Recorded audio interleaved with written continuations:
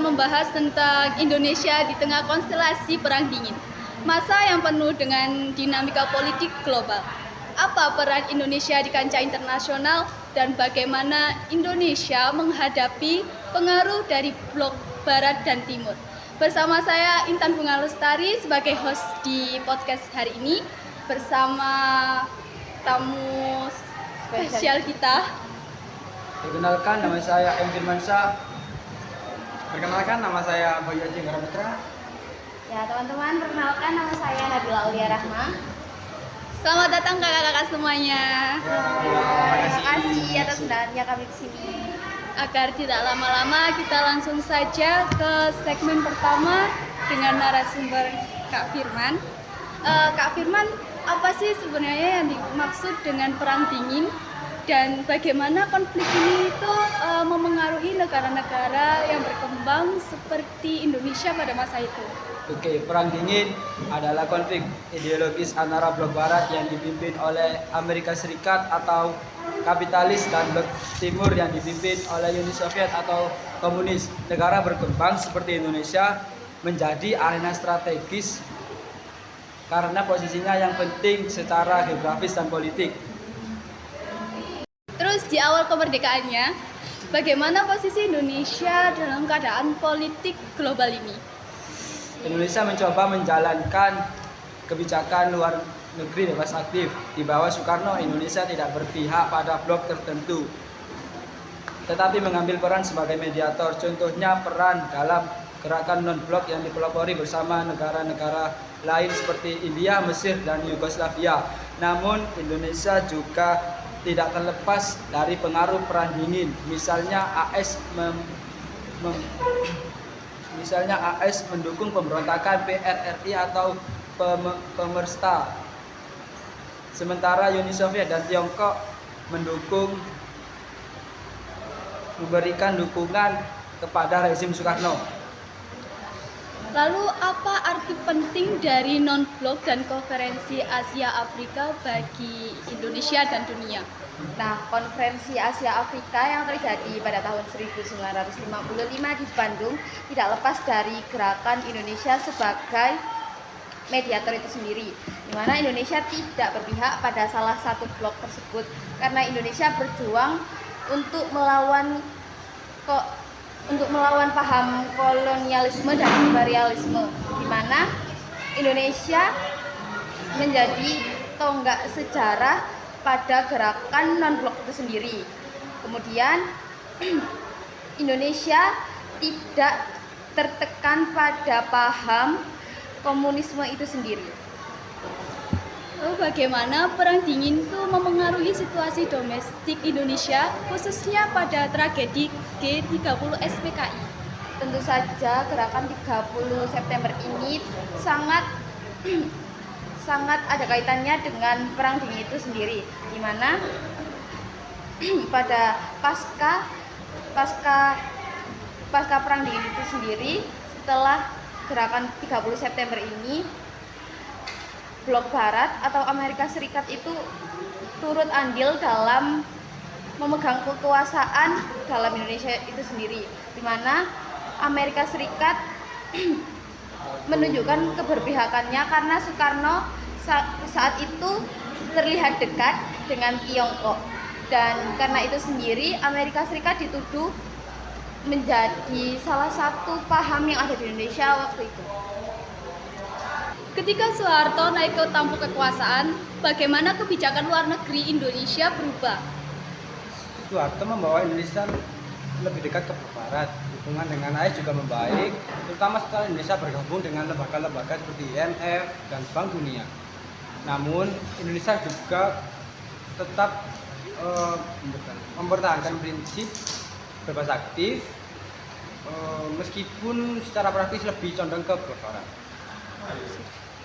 Baik, dari pembahasan kita terlihat jelas bahwa Indonesia memainkan peran penting di tengah perang dingin. Meskipun banyak juga menghadapi tantangan domestik dan global. Terima kasih atas wawasannya yang sangat berharga. Sampai jumpa di episode selanjutnya.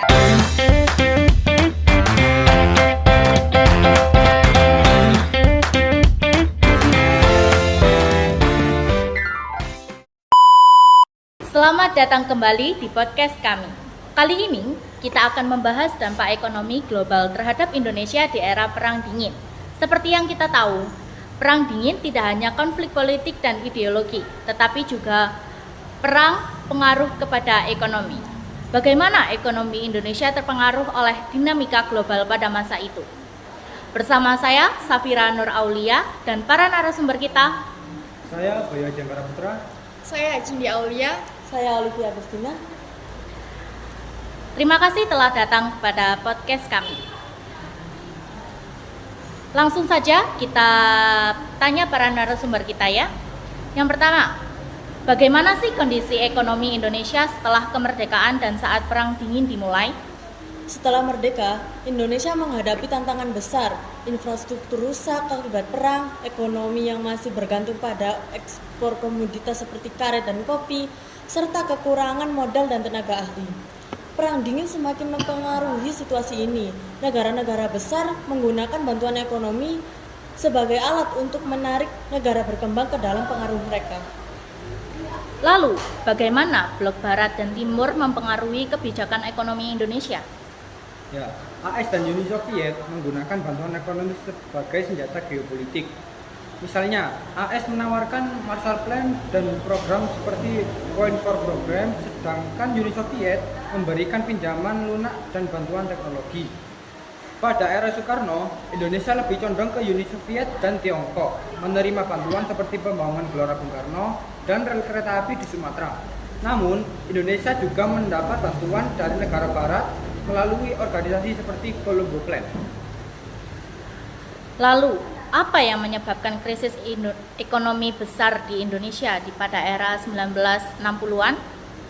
Ada banyak penyebab atau faktor, yakni penyebab dalam pembangunan atau proyek mercusuar,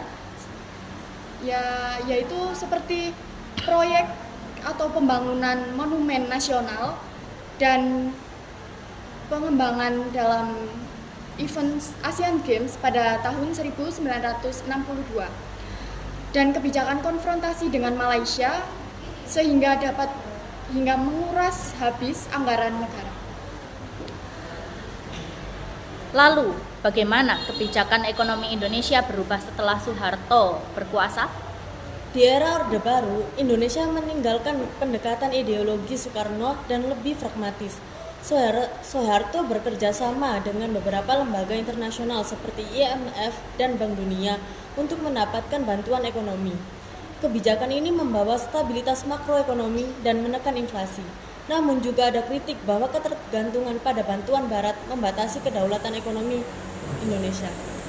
Lalu yang terakhir, pada saat Perang Dingin ini pasti memberikan jangka panjang terhadap Indonesia.